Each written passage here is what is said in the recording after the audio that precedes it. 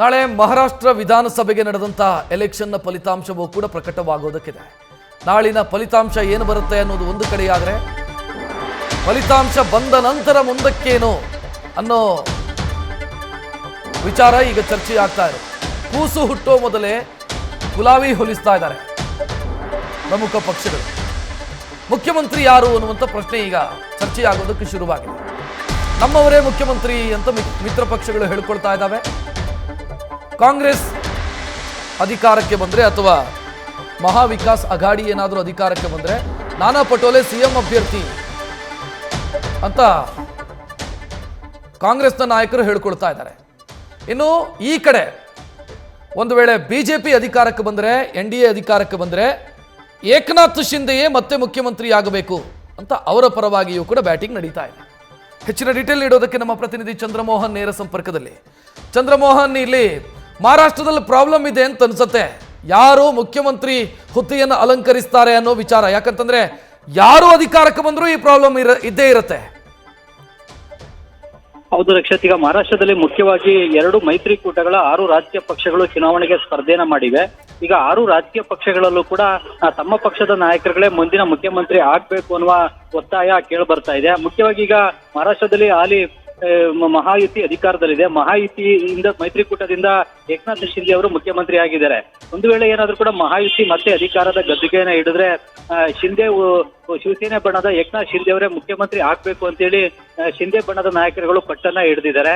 ಈಗ ಏಕನಾಥ್ ಶಿಂದೆ ಅವರೇ ಮುಖ್ಯಮಂತ್ರಿಯಾಗಿ ಅವರ ನಾಯಕತ್ವದಲ್ಲೇ, ಅವರ ನೇತೃತ್ವದಲ್ಲೇ ಚುನಾವಣೆಯನ್ನು ಎದುರಿಸಲಾಗಿದೆ. ಈ ಕಾರಣಕ್ಕಾಗಿ ಅವ್ರಿಗೆ ಮತ್ತೆ ಮುಖ್ಯಮಂತ್ರಿ ಹುದ್ದೆಯನ್ನ ನೀಡಬೇಕು ಅಂತೇಳಿ ಶಿಂದೆ ಬಣದ ನಾಯಕರುಗಳು ಒತ್ತಾಯವನ್ನ ಮಾಡ್ತಾ ಇದ್ದಾರೆ. ಆದ್ರೆ ಬಿಜೆಪಿಯ ನಾಯಕರುಗಳು ಬಿಜೆಪಿ ನೇತೃತ್ವದಲ್ಲಿ ಈ ಬಾರಿ ಮತ್ತೆ ಸರ್ಕಾರ ರಚನೆ ಆದ್ರೆ ಬಿಜೆಪಿಯ ದೇವೇಂದ್ರ ಫಡ್ನವೀಸ್ ಅವರು ಮುಂದಿನ ಮುಖ್ಯಮಂತ್ರಿ ಆಗ್ಬೇಕು ಅನ್ನೋ ಒಂದು ಒತ್ತಾಯವನ್ನ ಮಾಡ್ತಾ ಇದ್ದಾರೆ. ಈ ಹಿಂದೆ ಏಕನಾಥ್ ಶಿಂದೆ ಅವರಿಗೆ ಬೇರೆ ಬೇರೆ ಕಾರಣಗಳಿಗಾಗಿ ಸಿಎಂ ಹುದ್ದೆಯನ್ನ ಬಿಟ್ಕೊಡ್ಲಾಗಿತ್ತು.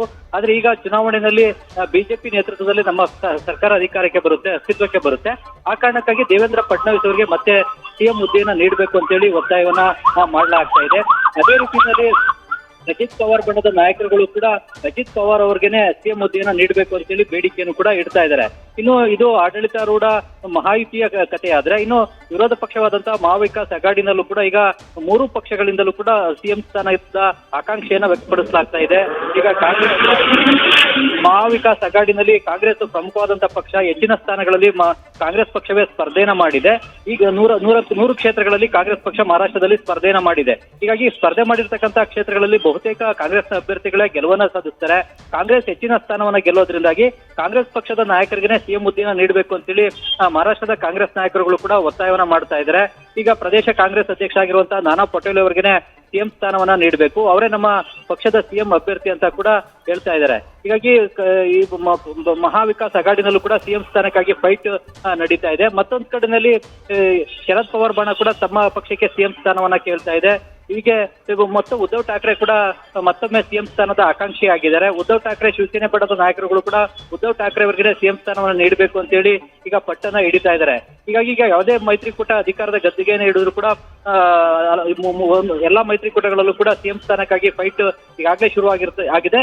ಜೊತೆಗೆ ಈಗ ಚುನಾವಣಾ ಫಲಿತಾಂಶ ಪ್ರಕಟ ಆಗ್ತಾ ಇದ್ದಂತೆನೆ ಗೆದ್ದಂತಹ MLAಗಳು ತಕ್ಷಣವೇ ಮುಂಬೈಗೆ ಬರಬೇಕು ಅಂತೇಳಿ ಎಲ್ಲಾ ಪಕ್ಷಗಳು ಕೂಡ ತಮ್ಮ ಪಕ್ಷದ ಅಭ್ಯರ್ಥಿಗಳಿಗೆ ಮತ್ತು ಮುಂದೆ ಆಯ್ಕೆ ಆಗುವಂತಹ MLAಗಳಿಗೂ ಕೂಡ ಈಗಾಗಲೇ ಸೂಚನೆಯನ್ನು ಕೂಡ ಕೊಟ್ಟಿದ್ದಾರೆ. ಯಾಕೆಂತಂದ್ರೆ ಚುನಾವಣಾ ಫಲಿತಾಂಶ ಬಂದ ಬಳಿಕ ಕುದುರೆ ವ್ಯಾಪಾರ ಕೂಡ ಶುರು ಆಗ್ಬೋದು. ಒಂದು ಮೈತ್ರಿಕೂಟದ ಗೆದ್ದಂತ MLAನ ಮತ್ತೊಂದು ಮೈತ್ರಿಕೂಟ ತಮ್ಮ ಕಡೆಗೆ ಸೆಳ್ಕೊಳ್ಳಿಕ್ಕೆ ಪ್ರಯತ್ನವನ್ನ ಮಾಡಬಹುದು ಅಂತೇಳಿ 2 ಮೈತ್ರಿಕೂಟಕ್ಕೂ ಕೂಡ ಭಯ ಇದೆ. ಈ ಕಾರಣಕ್ಕಾಗಿನೇ ಈಗಾಗಲೇ ಶರದ್ ಪವಾರ್ ಬಣದಿಂದ ತಮ್ಮ ಪಕ್ಷದಿಂದ ಗೆದ್ದಂತಹ ಎಲ್ಲ NCP MLAಗಳು ತಕ್ಷಣ ಮುಂಬೈಗೆ ಬರಬೇಕು ಅಂತೇಳಿ ಸೂಚನೆಯನ್ನ ನೀಡಲಾಗಿದೆ. ಇನ್ನು ಬಿಜೆಪಿ ಕೂಡ ಇವತ್ತಾಗ್ಲೇ ದೇವೇಂದ್ರ ಫಡ್ನವೀಸ್ ಅವರ ಮನೆಯಲ್ಲಿ ಮೀಟಿಂಗ್ ಅನ್ನು ಕೂಡ ನಡೆಸ್ತಾ ಇದೆ.